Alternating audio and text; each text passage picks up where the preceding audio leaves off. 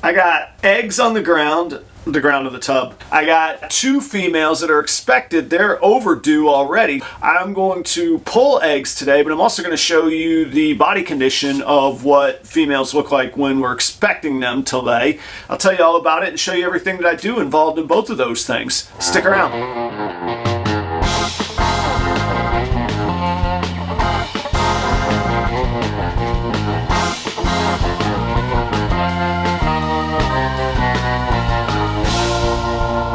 What's going on, everybody? It's Adam at Proper Royals. Thank you for joining me here today. If you've not joined our channel before, it's all about my family's journey from ball python hobbyist to ball python business. And today is real cool. We got some eggs that we need to pull, and then I want to show you what 2 really heavily overdue females look like. One of them's coming up on her 40th day due, and the other one would be on her 35th day today, maybe 33rd. I'll look. We'll find out. Well, I'll show you. Forgive some of the filming. Like, today is about working with a purpose and getting this mama taken care of. Taking care of the mom is as important as taking care of those eggs. This is a really special, all my snakes are special to me, but this one is really special. She's one of the sweetest snakes that I own. She's just calm and beautiful. And she gave us 10 eggs today, so let's check that out. This one's as much for me as it is for you all. I hope you enjoy it with me. Let's get to work. We got animals to take care of. So ever so quickly, right here is where I'm at in the season. I had the first clutch laid on May 26th. The second clutch laid on June 11th. That was, so clutch 1 of 22, 2 of 2022. And then today, the third clutch of 2022 laid, and that was on June 30th, and the mama's name is Letty. And you could see, I mean, we usually calculate, 30 days after pre-lay shed is when they're due. My first one was 42 days. My second one was 35, and now the third one also is on 35. So I don't know if it's conditions in my setup that's taking it a little bit longer or what it is. So before we pull the mama on her eggs, I'm going to pull, I'll show you the body condition and what I look for on some other. This girl, we'll take a look at her, and she is a normal het VPI, and her pre-lay shed was on May 27th. Today's June 30th. That'd be 33 days, and then was 31 days in May. So 34th day, this is what she looks like. Earlier, she had herself, just basically tied in a knot, pushing the eggs down. But what'll happen is, up by her head and the top part of her body will be very, very thin. It'll get very, very skinny as she works to push, and then you see right about here, she just gets huge. And the other thing you look for, and it's hard to see the contrast of it showing up, is this like ridge of a pitched, we call it a pitched tent. Look at that, right up here, you can really see kind of the severity of that ridge back. She'll have eggs any moment now. I'm looking forward to that. So that's one of them on day 34.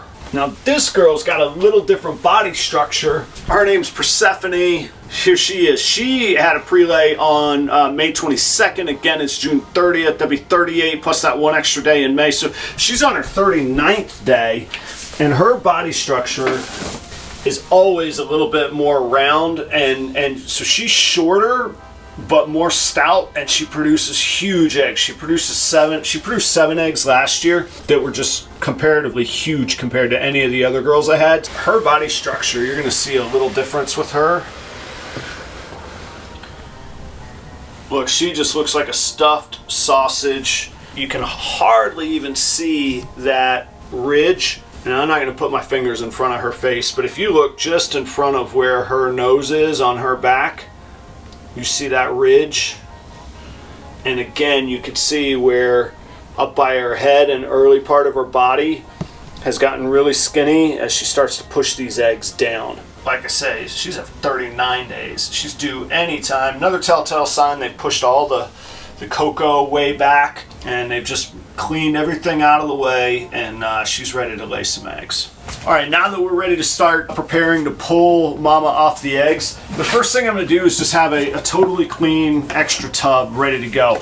I'll take her off of the eggs, I'll put her in here, and I'll put her right into the rack. So then I can work with her eggs and get those eggs into the egg box. Once the eggs are in the egg box, what I'll do is I'll prepare a bath for her over here in the sink. Give her a good bath, and then I'll get another clean tub. I don't want any part of any of the pheromones or smell from when she had eggs on her kind of her final new tub. So I'll get another clean tub, fully set that one up, and then put her away and let her be.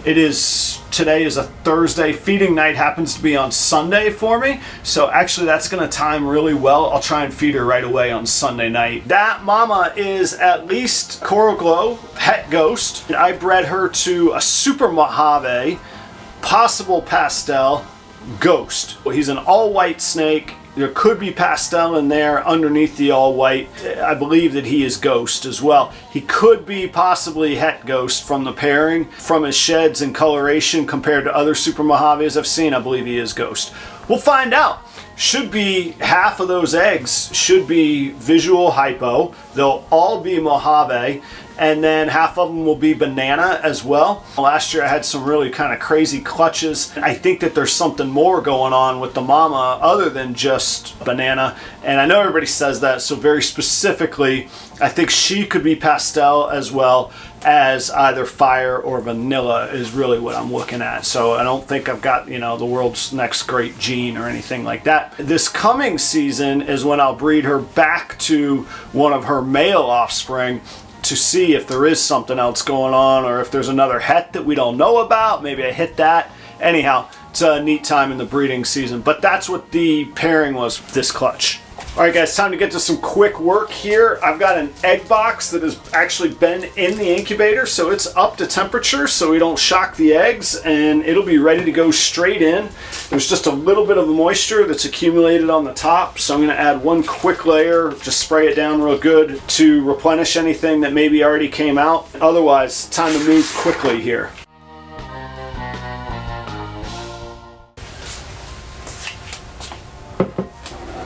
Okay, this girl is pretty notoriously sweet, so I'm gonna just kind of go straight in. Normally I'd have a paper towel roll or something, but this girl is an incredibly nice girl. Here we go, mama. I know you're not happy with me. Up we go. Up and around.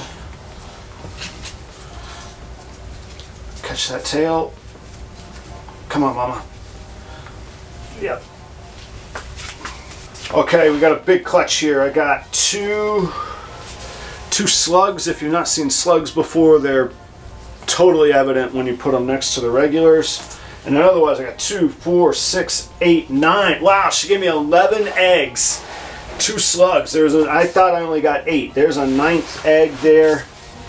That's incredible. Last year she gave me 8 eggs, so 11 this year. Even with the 2 slugs, I've got 1 more than I had last year. Just fantastic. All right, we're gonna candle these and get them placed in the box. All right, first one, we call it a boob egg. I do see some veins in here.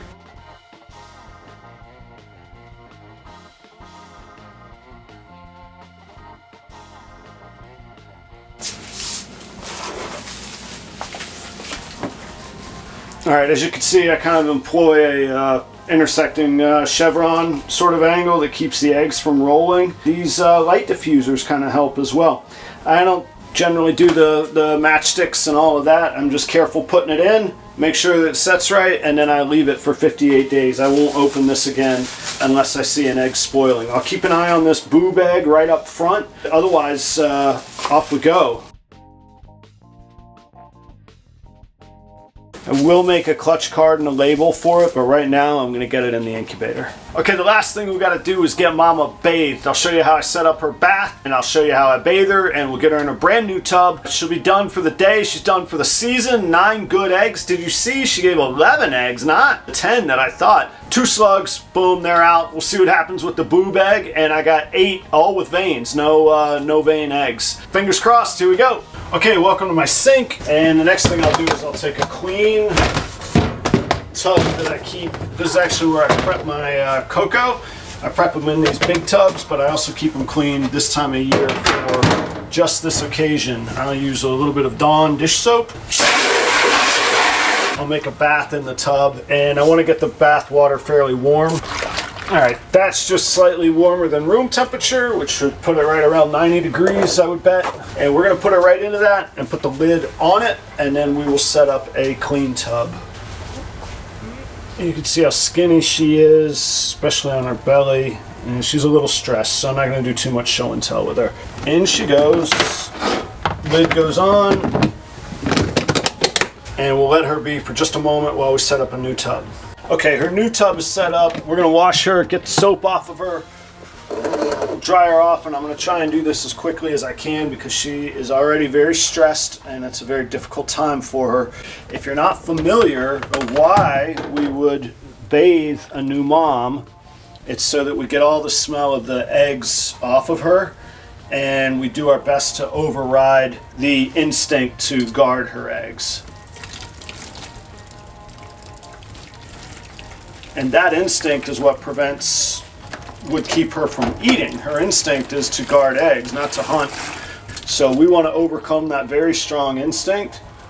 We've got her rinsed. I'm going to give her a quick dry. And off she's going to go to a brand new, nice and clean tub. And thank goodness she is a very sweet snake, because most of them are not that kind on hatch days. She is looking for her eggs. We're going to put her away.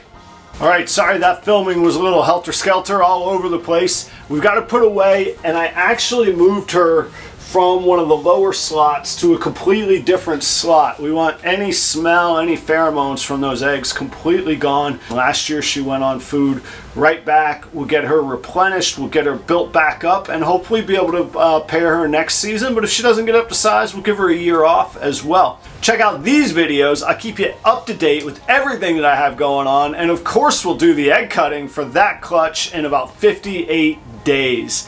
I cannot wait until I get to see you in the next video. Until next time, see ya!